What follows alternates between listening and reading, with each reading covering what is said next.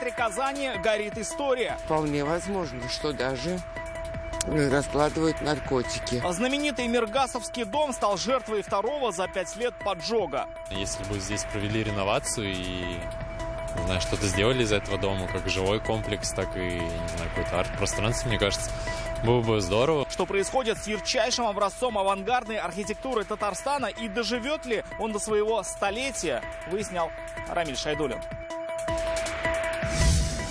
Топливо на АЗС дорожает. Соответствует ли цена качеству? Все это планируется. Арбитражная проба остается на автозаправочной станции. В Татарстане на 3 заправках выявили некачественное топливо. Бензина не хватает, перерасход. На каких АЗС татарстанцы остались недовольны качеством бензина, узнала Алена Струминская. Техника НАТО в самом центре Казани. Используется она для перевозки личного состава. Трофейные машины СВО выставили на всеобщее обозрение. Зашло прям вот это вот все танки, вот, которые подбиты. И даже интересно было, как их подбили. Какие образцы техники недружественных стран можно увидеть и как долго, расскажет Рамиль Галиулян. Это лишь часть того, о чем мы сейчас расскажем. Здравствуйте, это новости Татарстана, в студии Лина Знатулина. В республике в ближайшие 3 часа синоптики обещают сильную гололедицу. И водителям, и пешеходам нужно быть предельно внимательными. Ситуация на дорогах сейчас сложная. За сутки произошли сразу 2 смертельные аварии. В Менделеевском районе водитель «Лады Веста» наехал на 2 пешеходов на зебре. Одна женщина погибла, вторая госпитализирована. В госавтоинспекции отметили, они переходили дорогу по всем правилам. На этом участке была разметка, светофоры и освещение. Что стало причиной трагедии, сейчас выясняют правоохранители. Специалисты устанавливают подробности и другого смертельного наезда уже в Рыбно-Слободском районе. На трассе Казань-Оренбург автобус «ПАЗ» сбил мужчину. Он шел по обочине. 56-летний пешеход скончался до приезда медиков. С начала года на дорогах республики погибли 262 человека. Сегодня в знаменитом Миргасовском доме Казани был пожар. 2-й раз за 5 лет в одном и том же месте. И вновь это вызвало опасения за сохранность одного из самых красивых и исторических объектов столицы. Он был построен в начале 20 века. Долгие годы считался писательским. Здесь жили Кавин Аджми, Абдулла Алиш. В 2010-м дом признали аварийным. В 2019-м решили отреставрировать. Но за 5 лет все без изменений, только пожары. Пожарная машина приезжает сюда уже 2-й раз за день. Огонь на 4-м этаже Миргасовского дома. Туристы не смогли сегодня увидеть один из самых красивых домов в центре. Здание выглядит очень атмосферно и аутентично. Если бы здесь провели реновацию и, не знаю, что-то сделали из этого дома, как жилой комплекс, так и, не знаю, какое-то арт-пространство, мне кажется, было бы здорово. В возгорании уже 2-е за год. В июне что-то горело рядом с домом, сегодня уже внутри. Ситуацию мы там обследовали, площадь пожара была небольшой, возгорание было оперативно потушено, потому сильного вреда не было причинено объекту. Ситуация стабилизировалась, причины пожара сейчас выясняются. Стоит отметить, что пожар на Миргасовском доме уже случался 5 лет назад. Кто-то поджег мусор на том же 4-м этаже. Ключевое слово «кто-то», ведь юридически здесь никто не живет. Хотя фактически, как говорят местные, объект культурного наследия уже давно служит ночлегом для мародеров и бездомных. Часто проходят люди в одежде оборванной, пьяные по виду и по запаху тоже. По словам местных жителей, ситуация стала тревожной после того, как дом покинули последние жильцы. В 2019-м их расселили из-за аварийного состояния дома. Тогда вокруг здания возвели забор, установили охрану. Дом Дзержинского, 18/19, переведен в нежилой фонд. Находится в стадии передачи в республиканскую собственность. Дом огорожен забором силами комитета ЖКХ Казань. Производится ежедневный визуальный осмотр и обход территории дома. Однако, по всей видимости, это не стало преградой, и в дом смогли попасть желающие. Подозрительных людей жители соседних домов здесь видят регулярно. Вполне возможно, что даже раскладывают наркотики. Почему? Потому что мы много раз были свидетелями оттуда, значит, выходят, они прячутся вот так вот. И туда постоянно кто-то старается залезть. 2 года назад стало известно, восстановлением дома займется Республиканский госжилфонд. Озвучивалась и сумма работ – 1 миллиард рублей. Но процесс затянулся из-за судебных тяжб. Как итог, дом до сих пор не передан в республиканскую ответственность. И нет гарантии, что ЧП вновь не повторится. Рамиль Шайдуллин, Рамиль Гарипов, ТНВ, Казань. На 3 татарстанских заправках топливо не соответствует требованиям ГОСТа. Оно оказалось смешанным, с чем сейчас выясняют специалисты.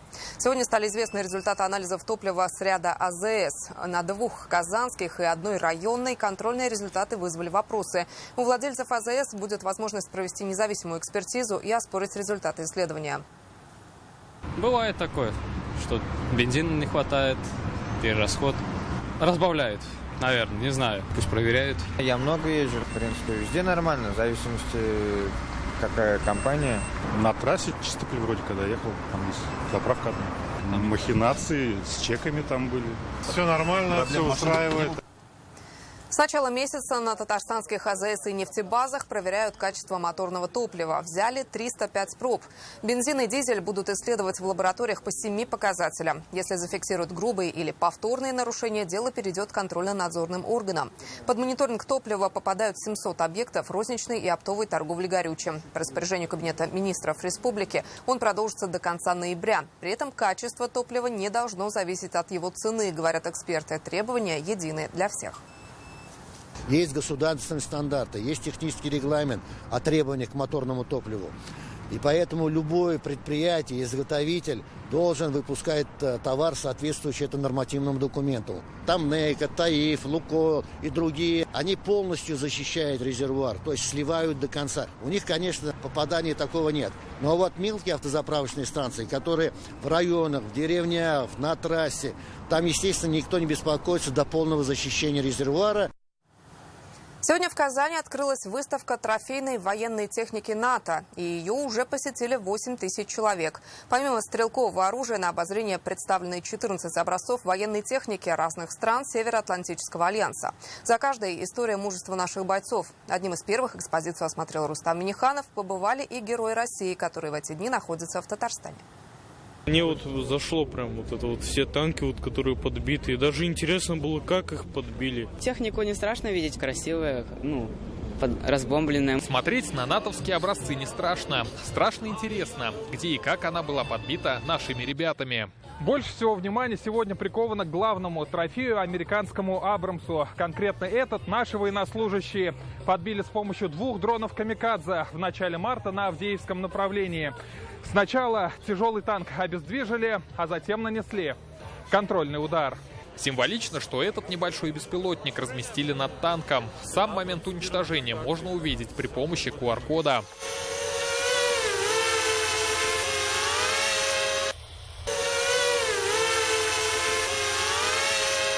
Он сколько тонн? Он уже 268 тонн. Об уничтожении нашими военными хваленого Абрамса, как и его репутации, рассказывают Рустаму Минниханову. Раис республики сегодня одним из первых осмотрел выставку. Недостатки тоже тяжелые. И большой боковой и лобовой.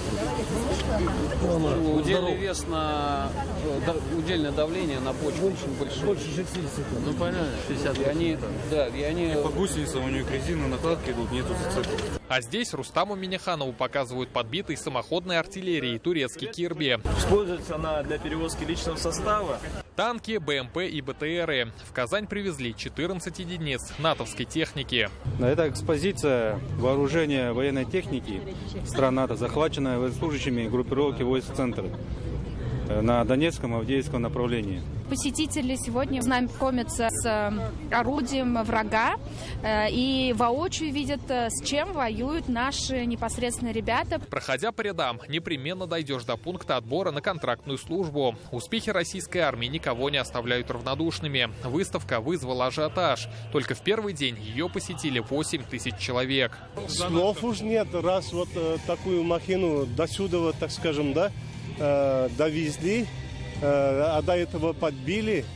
Вот, слава уж нашим ребятам. Это все надо преодолеть, это все надо пробить, это все надо уничтожить. То есть большая гордость за наших парней. На фальшбортах мы видим осколочные попадания. Гостями выставки стали и герои России, которые в эти дни находятся в Татарстане. Энвер Набиев первым делом подошел к американским Брэдли, машины боевой пехоты.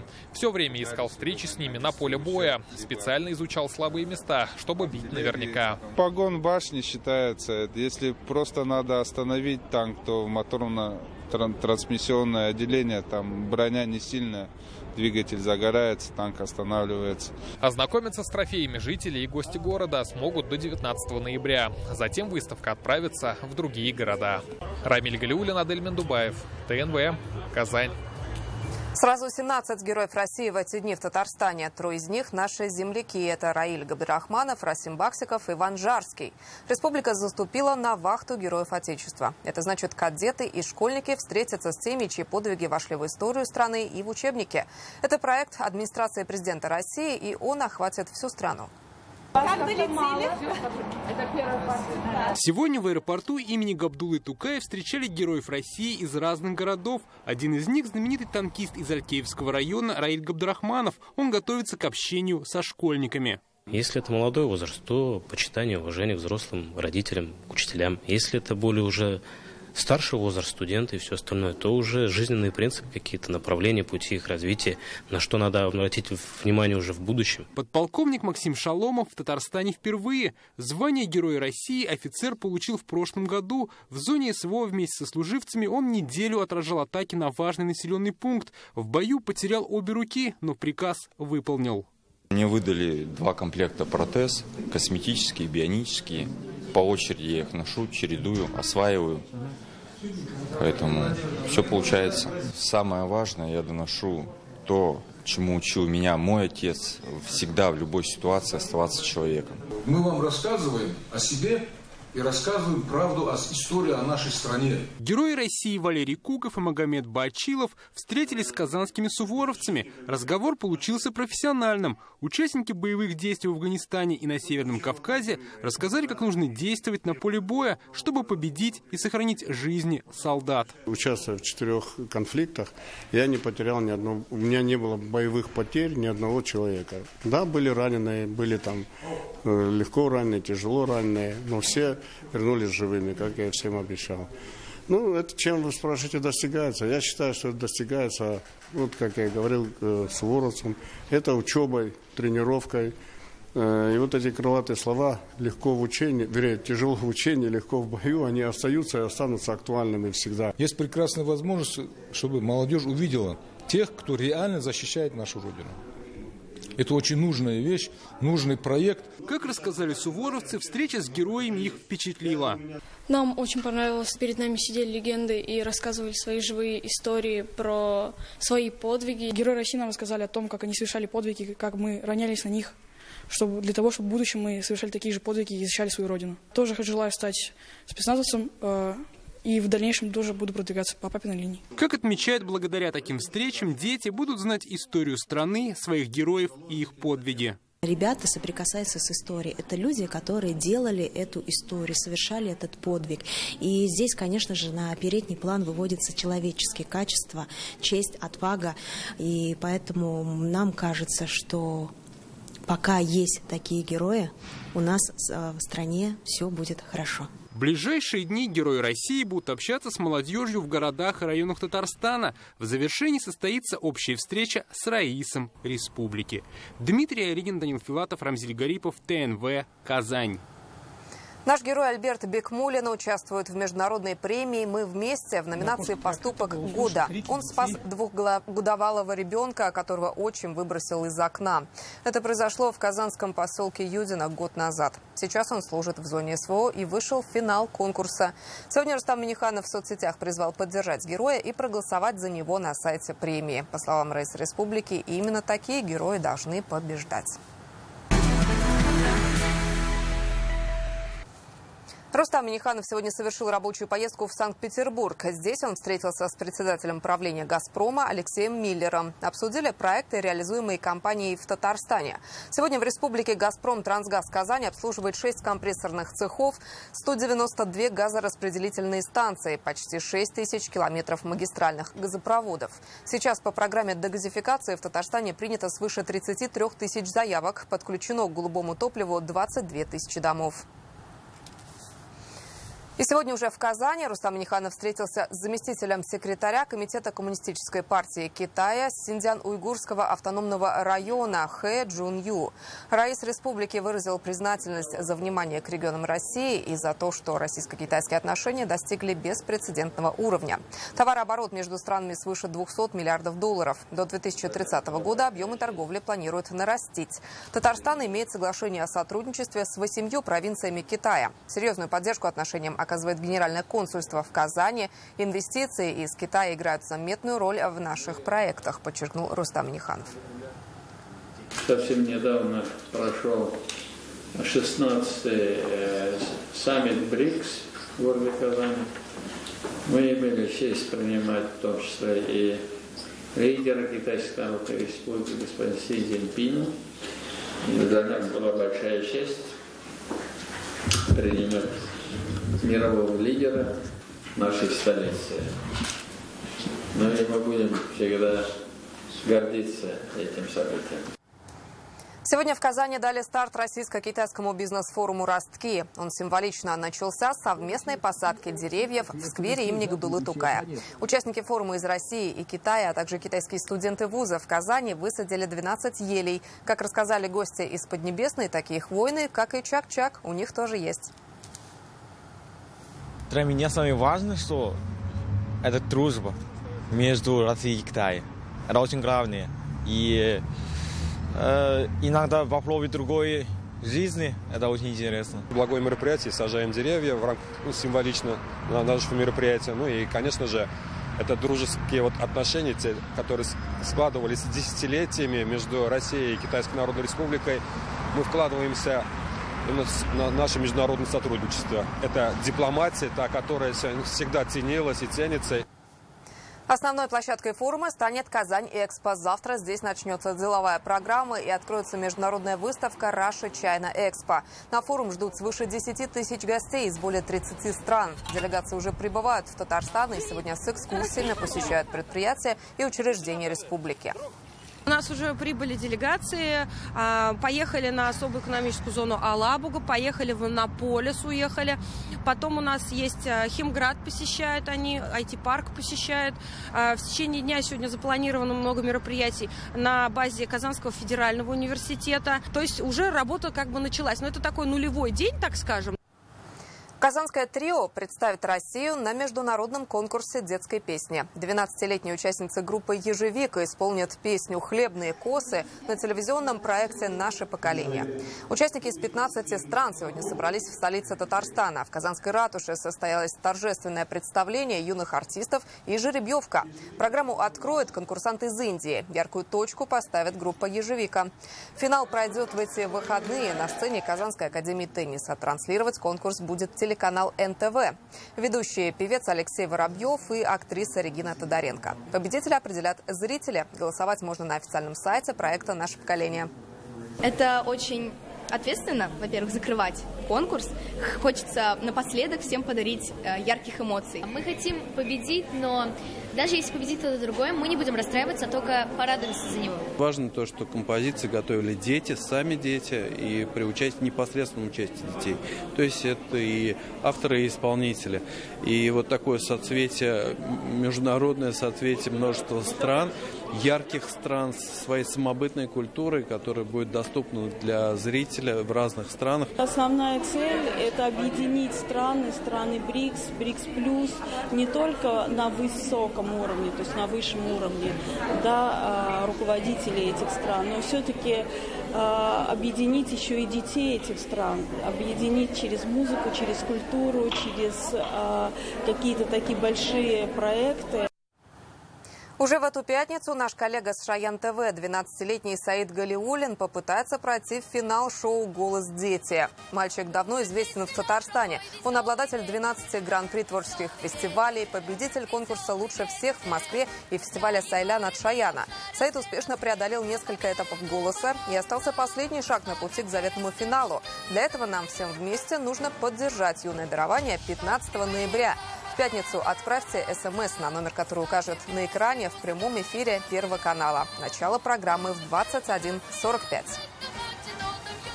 В Казани прошел грандиозный концерт шаяновцев. В оперном театре они отметили юбилей конкурса «Балащак Жюре» – «Песня детства». За 5 лет появились десятки новых песен на татарском языке, на 25 из них сняли клипы. Здесь же стал известен победитель музыкального фестиваля «Сайлян». Оба конкурса проходят при поддержке комиссии по родным языкам. Марат Ахметов лично посещает концерты, общается с детьми и в этот раз высоко оценил труд команды «Шаян ТВ». С гала-концерта репортаж Вероники Гунандиновой.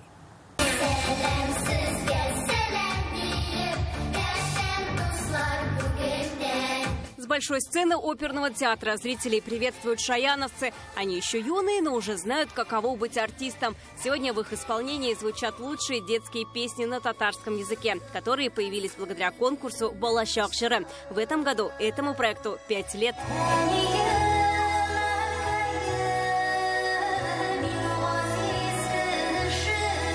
Песню про маму исполняет 13-летняя Марьям Запарова. В мелодии тот самый мэн, в словах глубокий смысл. Песня – победитель конкурса. На нее сделали аранжировку, сняли клип. Благодаря этому фестивалю появляется все больше новых песен для детей, которые я тоже слушаю, другие песни. То есть там, например, это песни «Деуани», «Минтатарша Силяшем», «Поезд», вот моя песня тоже. То есть все они написаны на темы, которые близки детям.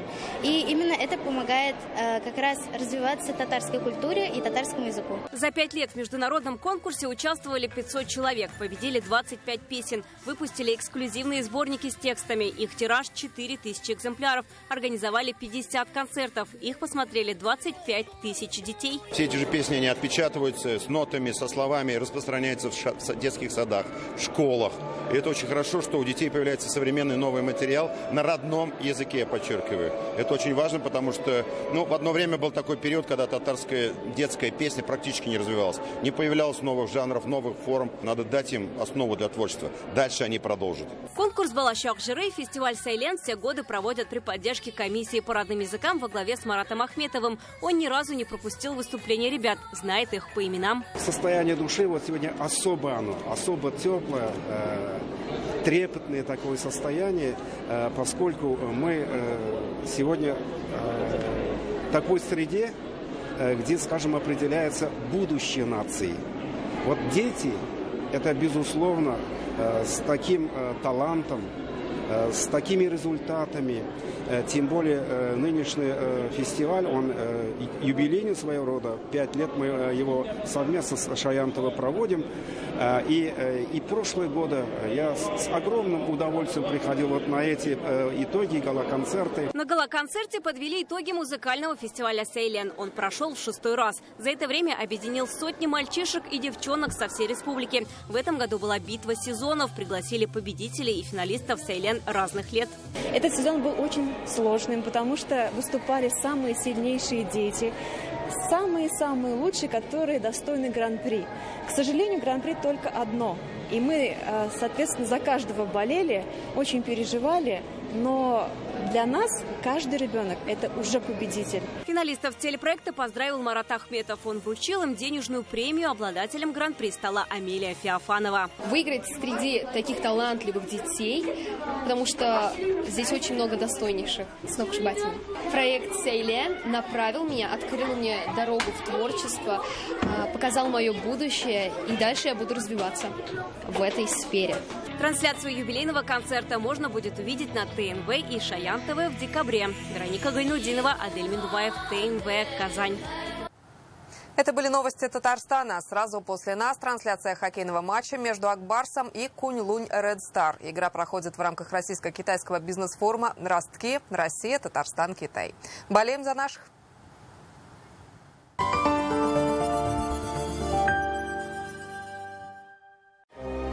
Что движет прогрессом? Твоя свобода.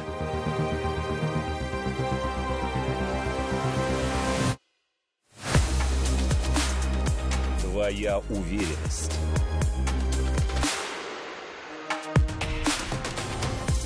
Твой характер.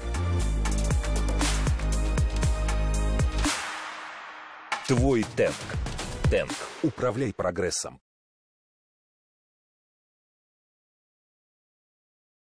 В Казанском цирке с 19 октября мини-фест мира «Эхо Азии». 2 по цене одной. В ноябре при покупке куртки или пуховика вторая вещь вам достается абсолютно бесплатно. Ермак, Волгоградская 8 и Зорги 77. 3 этажа волшебства. Зеркальные миры. Волшебный лес. Неповторимый супермаркет с забавными товарами и многое другое ждет вас во дворце впечатлений. Ты в приложении farmlet.ru лекарства забронировал? Да. А промокод на скидку ввел? Конечно. Иди на кассу, забирай. Только в ноябре в мобильном приложении Farmland повышенная скидка по промокоду МОП1124. Хорошая, говорю, аптека Farmland. Классный отдых с одноклассниками – это класс. Классные заезды в детских оздоровительных лагерях компании «Татнефть» – это комфортно, вкусно, спортивно и креативно. Подробности по телефону и на сайте. Окружаем заботой беззаботное детство. С 10 по 14 ноября, с воскресенья по четверг, Шик и Шарм приглашает вас во дворец спорта. Порадуйте себя модными покупками, сочетайте разные стили и смелые дизайнерские решения. Не забывайте про стильные аксессуары.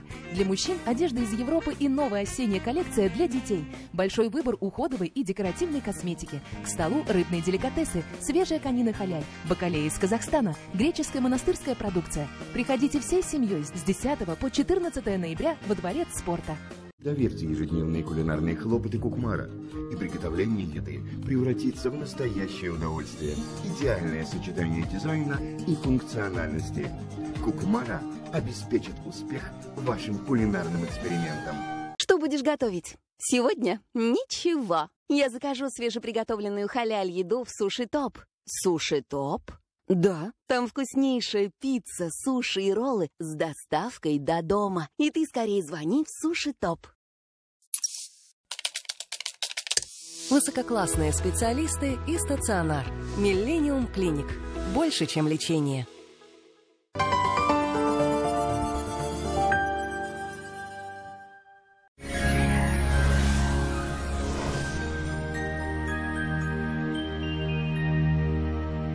Здравствуйте, Исян Мессис, в студии Динар Бадрудинов. В ближайшие сутки Татарстан останется под воздействием теплого сектора северного циклона. Подробности после полезной информации. Изготовление любой корпусной мебели от Данил Мастер по вашим размерам. Только в ноябре при заказе кухонного гарнитура «Мойка», при заказе шкафа «Брючница» в подарок. Узнайте подробности по телефону в Казани 2-167-166. По данным сервиса Яндекс.Погода, в Кукмаре, Балтаси и Высокой горе будет облачно, пройдет мокрый снег. Температура днем от 0 до +1, ночью от 0 до -1 градуса. В Буинске, Тетюжах и Апастово пасмурно, преимущественно без осадков. Температура днем от 0 до 1 градуса тепла, ночью от 0 до 1 градуса мороза. В Чистополе, Мамадыше и Нурлате облачно, осадки лишь местами. Днем от 0 до +1 градуса, ночью от 0 до -1 градуса. В Нижнекамске, Актаныше и Сарманово пасмурно, мокрый снег. Температура днем +1, ночью около 0 градусов. В Альметьевске, Бугульме и Бавлах облачно, мокрый снег. Температура днем от +1 до -1, ночью от 0 до -2 градусов. В туристических городах республики тоже пасмурно. В Свияжске днем 2 градуса тепла, ночью около 0. Будет облачно, осадков не ожидается. В Болгаре тоже пасмурно и без осадков. Температура +2 градуса днем и около 0 градусов ночью. В Елабуге температура днем составит 1 градус тепла, ночью около 0 градусов. Пройдет мокрый снег. Банк Аверс оказывает весь спектр банковских услуг для частных лиц и корпоративных клиентов. Для бизнеса банк предлагает услуги по расчетно-кассовому обслуживанию, кредитованию, банковские гарантии и продукты с возможностью эффективно размещать свободные денежные средства.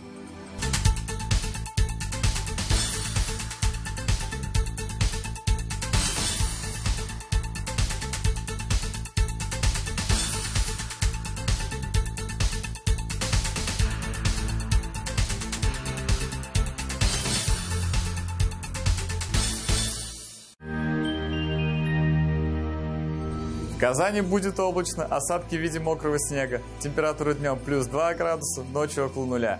Атмосферное давление выше нормы, 757 мм ртутного столба. Ветер юго-западный более 3 метров в секунду.